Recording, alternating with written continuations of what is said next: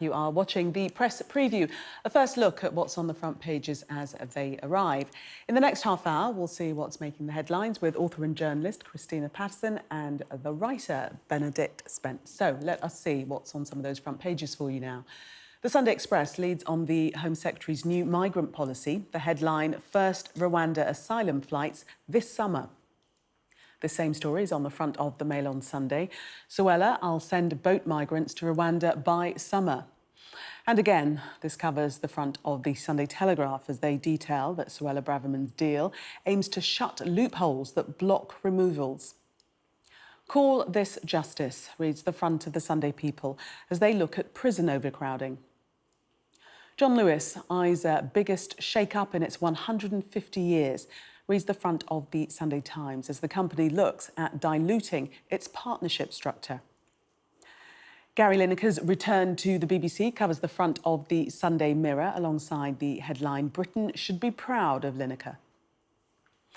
And the front of the Daily Star on Sunday looks at one football legend's recent weight loss. A reminder that by scanning the QR code you'll see on screen during the programme, you can check out the front pages of tomorrow's newspapers while you watch us. And we are joined tonight by author and journalist Christina Patterson and the writer Benedict Spence. Good evening to both of you. Welcome. Let's start by having a look at the front of the Express and their headline, as we just ran through there, First Rwanda Asylum Flights This Summer. And this is the promise of Home Secretary Suella Braverman following her visit to Rwanda. Christina.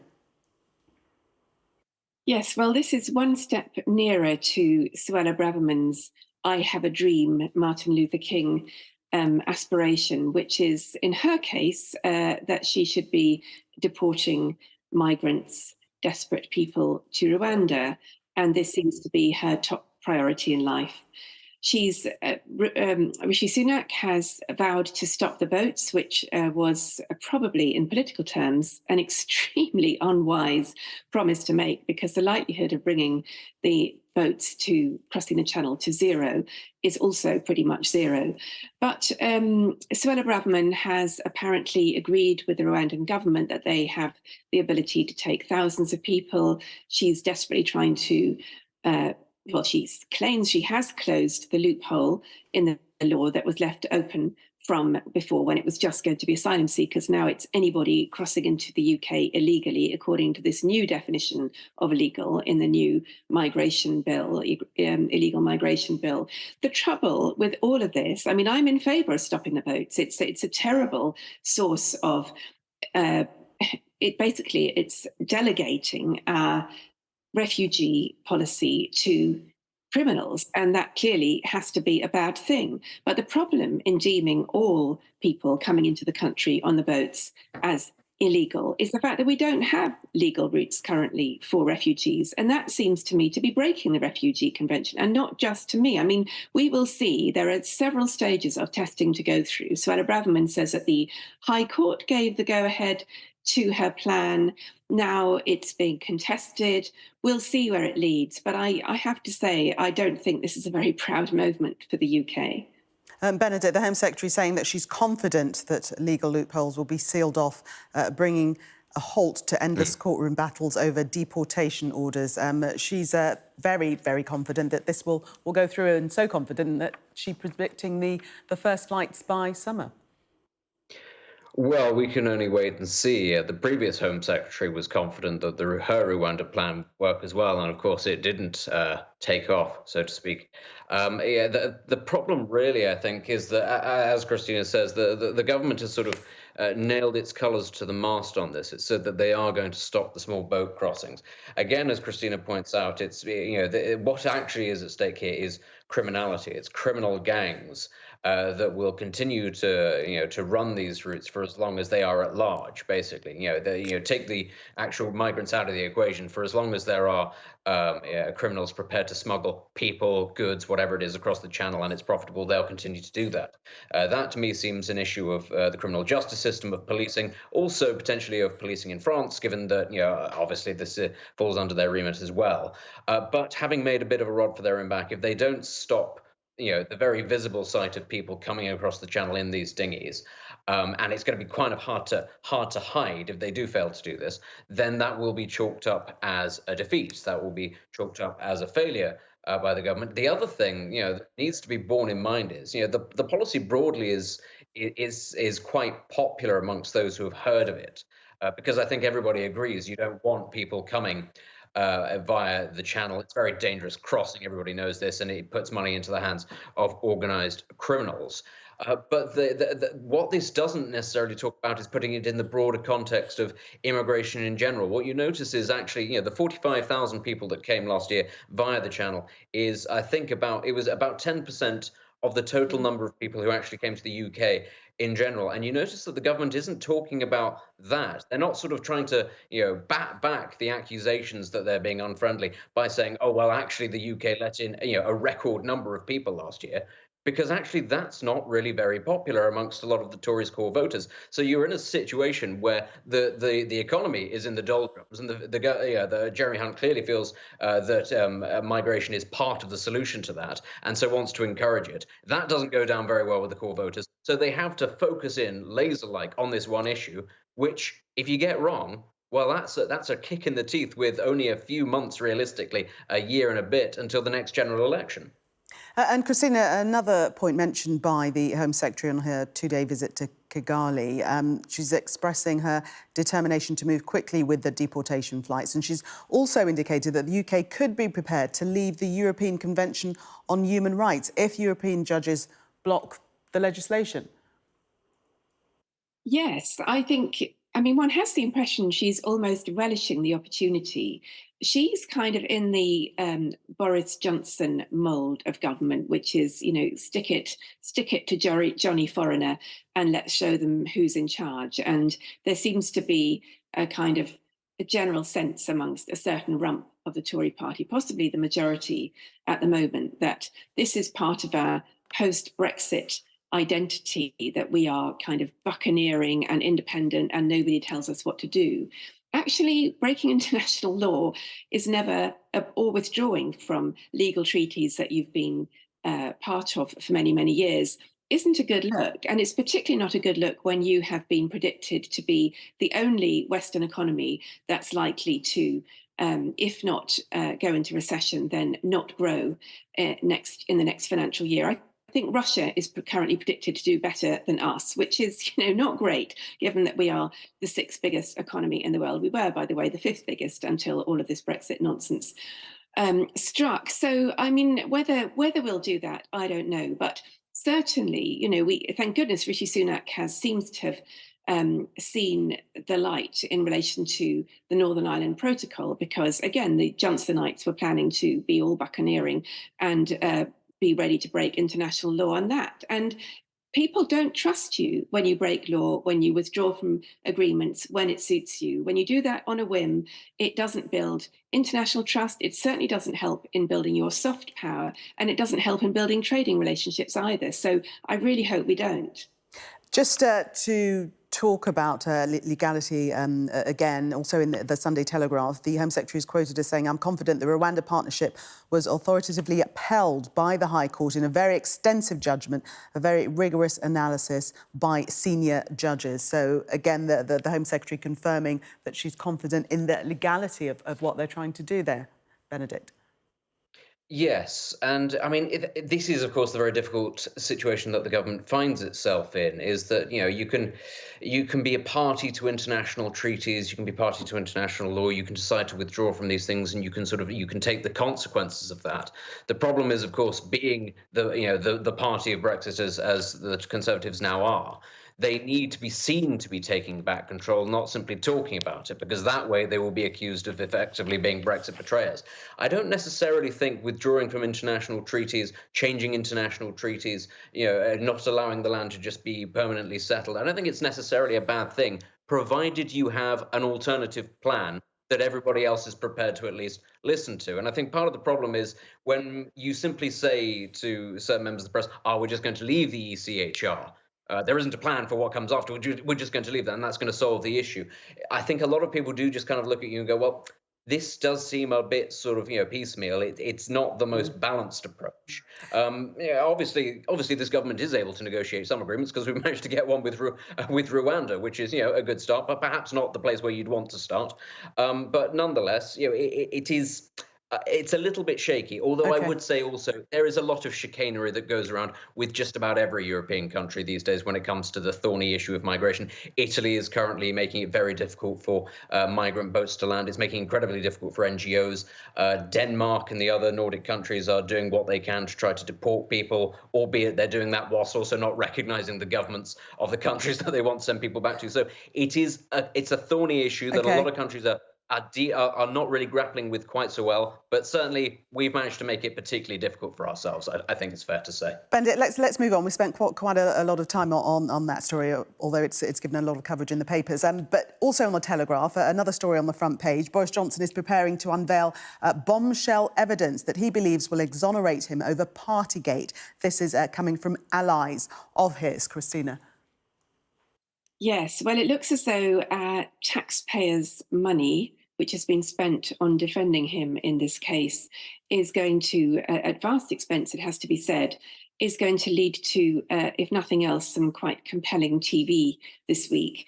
Lord Pannick, who is representing Boris Johnson, he won't be speaking for him, but he will be present with him at the committee this week and will be able to advise him by writing little notes on pieces of paper, has apparently helped to compile a dossier that allies of Johnson claim will exonerate him from misleading Parliament. I have to say, I mean, we've already seen the evidence from the committee, and some of that has certainly seemed pretty damning. It's quoted people talking about there being a piss up at Downing Street and PR press people saying hard to know, why it wasn't, frankly. And various people sort of on WhatsApp messages strongly implying that there was lots of stuff going on that Boris Johnson certainly did know about. And they were trying to come up with ways to phrase this that would get him off the hook.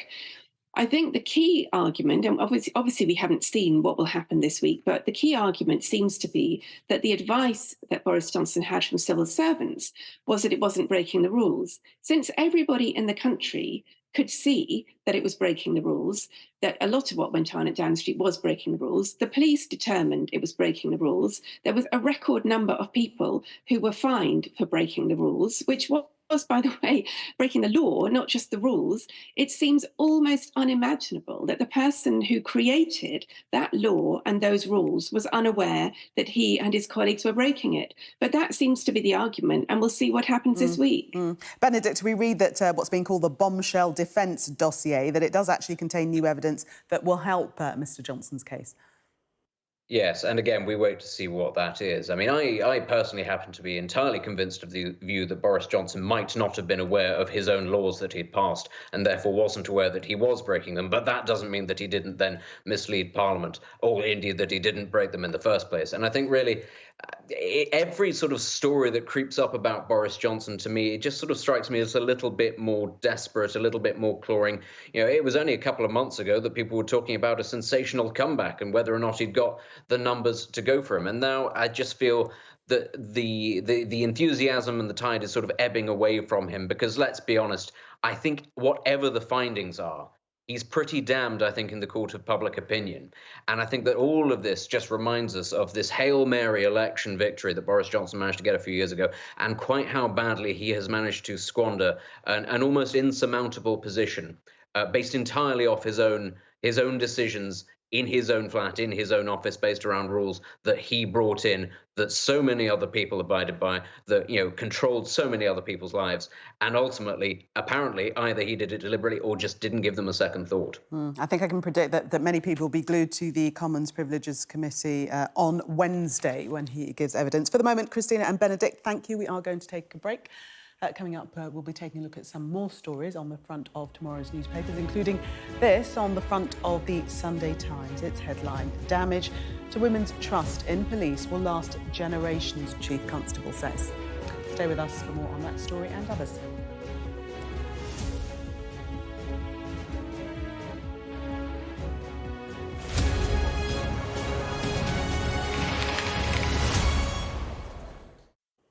Welcome back. You are watching the press preview. Still with me, Christina Patterson and Benedict Spence. Let's have a look at the front of the Times and this story about the fact that women's trust in the police has been damaged and will last for generations, according to a senior female chief constable, Lucy Dorsey. She's head of the British Transport Police. Christina. Yes, well, Lucy Dorsey has said that she thinks the damage to women's trust in police will last generations, and it's hard to disagree with that. I would be surprised. I think probably every woman in the country has felt that whatever trust they had in the police severely undermined by the absolute horrors, first of the Wayne Couzens murder of Sarah Everard, but also of what has emerged subsequently in WhatsApp groups just full of misogyny, sexism, racism, hate, basically, and violence. And that has been, and then there's been an endless trickle of reports about allegations of sexual violence by police, serving police officers, very few of whom have lost their jobs or been prosecuted. So I think this is, in a way, just a statement of the obvious. And this week, Baroness Casey, who never pulls her punches, has written a 300-page report, which will be published, which I gather will be extremely damning of the police. Now, I think we all knew it would be because of what's emerged so far. But it is really, really worrying when the people who are meant to prosecute criminals, keep us safe, can no longer be trusted. Obviously, this doesn't apply to the vast majority of police, but it clearly does apply to a significant swathe of them. And that is a dreadful situation, and I imagine it's going to take quite a while to sort out. Yes, but I mean, Benedict, how does the force turn this around?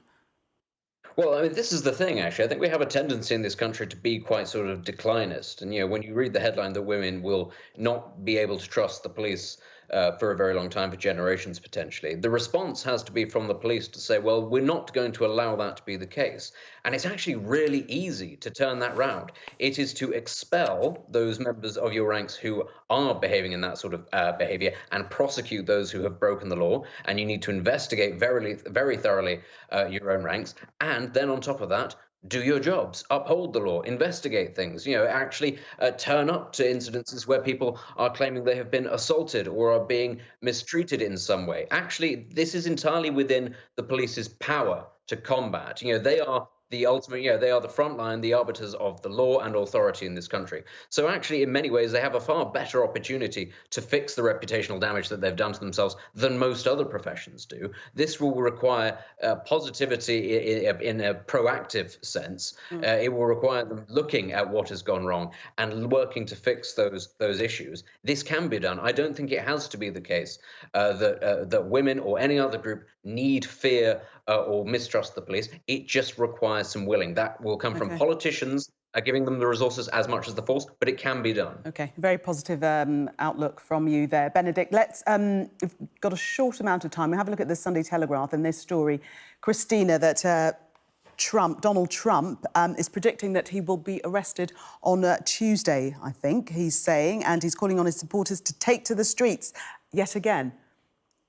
Yes, well, I think if there's anyone in the world who can't really be trusted near women, I think Donald Trump probably features quite prominently.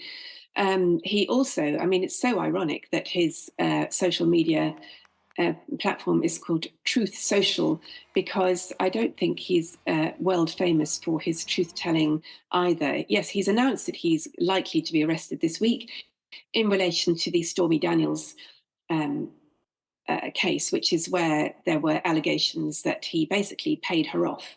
This is a prostitute, a porn star, who he is alleged to have had a relationship with and then paid off. And of course, he denies all allegations because he always does.